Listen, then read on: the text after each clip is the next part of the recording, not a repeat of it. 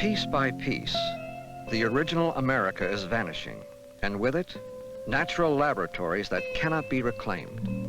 A century ago, one such laboratory stretched from Canada to the Mexican border. 400 million acres. The Great Plains seemed inexhaustible. Yet in 50 years, we turned a part of it into a dust bowl. We put too many cattle and sheep in it. We granted homesteads of rangeland that never should have been plowed. We tore up grass for war needs. We invented new machinery, making it possible for one man cheaply to plow thousands of acres. An unprecedented drought completed the habit. There was no grass left to hold the light soil against the high wind. By the 1930s, there was so little left of the American prairie that an attempt was made to recreate it in Madison, Wisconsin.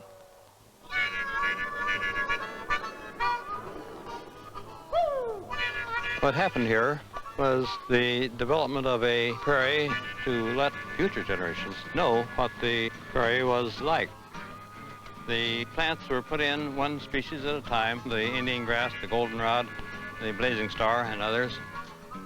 Work in the prairie involved much heat, much wind, much perspiration. Sometimes your back was covered with mosquitoes.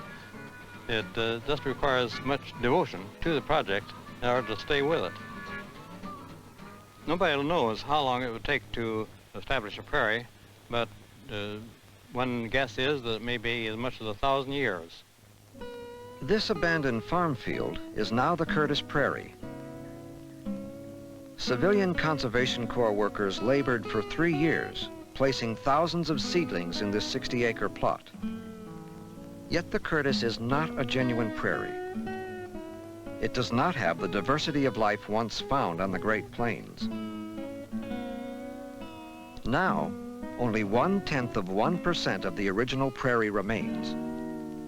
It is found only in places that have been set aside and where the plow has not reached. Natural habitats all over the world are being replaced by a narrow range of cultivated species that fulfill our immediate needs. But as diversity is lessened, future options for discovery are eliminated. In the Florida Panhandle, vast stretches of pine plantations are a sharp contrast to the few remaining areas of natural vegetation. The bluffs and ravines along the Apalachicola River, just 45 miles west of Tallahassee, are virtually undisturbed. The very nature of the ravines are what saved them from being greatly disturbed. It's very expensive to come in and forest and log steep slopes like this. The little things in here are the ones that are very rare and the ones that are very unique because they can evolve down in the creek bed where things don't change very much over time. The area is a 2,000-acre natural sanctuary. Species that are rare elsewhere are found in abundance here. Many of these species sought refuge here during the Ice Age and stayed on when the temperature rose, protected by the constant 70-degree temperature of the streams and the shade of the high tree canopy.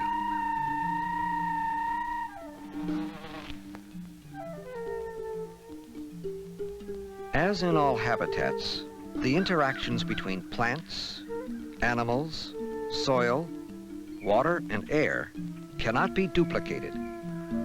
A local lawyer once claimed that this site fit the description in the Bible of the first habitat on Earth. Since then, it has been known as the Garden of Eden. That Garden of Eden site and the adjacent area along the Apalachicola River has more biotic richness than any other place in the United States. There are animals and plants found there, and not only nowhere else in Florida, but very interestingly, nowhere else in the world. And it's been threatened by the proposal to build a power plant facility there. A power plant like this one, under construction 120 miles to the east, has been proposed for the Garden of Eden site. It would be a 1,200 megawatt coal-fired facility occupying 500 acres of land. A power plant of this size requires up to 2,000 workers at a peak just for construction of the plant, and that's over maybe a 4-year period. Then there are spin-off economic benefits at a plant like this just from the spending in the community and so forth. Ultimately, you have maybe 250 permanent employees there, and the tax base represented by a $1.5 billion project is many, many times over what the tax base there is right now. The power plant would triple the tax base and would not disturb the county too greatly. It would not bring in too many people, and it would give jobs to Liberty County without greatly disturbing the county. Bristol, Talogia, and the other small towns of the Florida Panhandle are the habitat for the human population that survives on the boundaries of this garden. For years, the economy has been fueled by the pine plantations. But jobs are scarce now. The demand for timber is down. The community welcomed the plans for a power plant in the Garden of Eden. We need the jobs. We got the people and we've got the area, but we don't have the jobs. Like my father and I, we work 15, 16 hours a day just to make ends meet, you know, and if we had a little bit of industry in this county, more trucks came through and more people needed, you know, worked on, then I think we could probably make it. The power plant, if located in the uplands along these steepheads and ravines, would totally alter the ecosystem in which these plants live. It would cut off the flow of natural groundwater which feeds the streams and causes the unique environment. The indigo snake, a threatened species, lives in the sandy hills above the ravines and moves down to the stream beds to feed.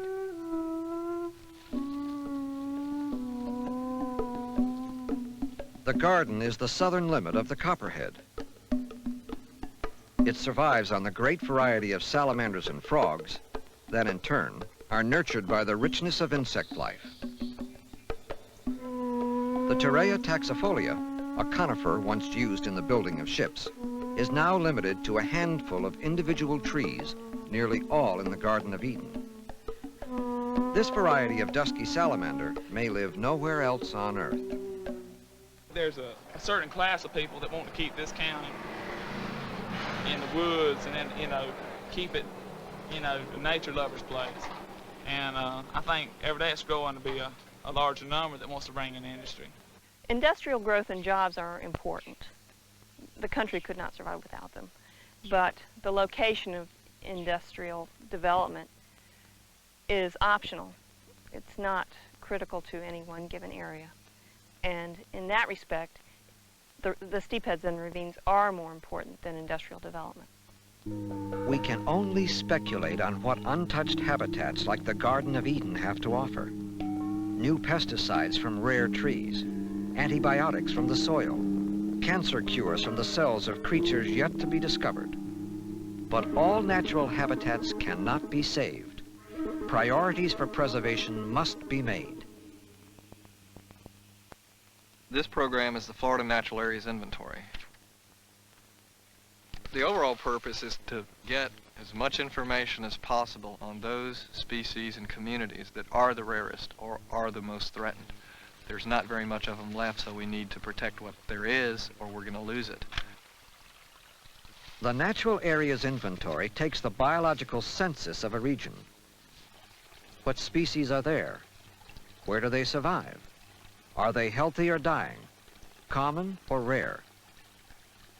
Planners draw on this data bank when making decisions about development. This particular site was proposed for an electric power generating station.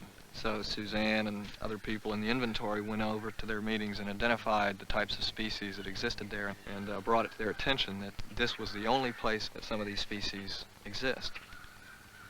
So having that information available and getting it across to the power company is what helped them make the decision that this was not a good location to put a power plant. We looked at the situation as a mix of factors that we weighed, and that we felt that when we looked at all of these factors, including the environmental factors, that the advantage rested with the other site. The power plant will not be built in the Garden of Eden.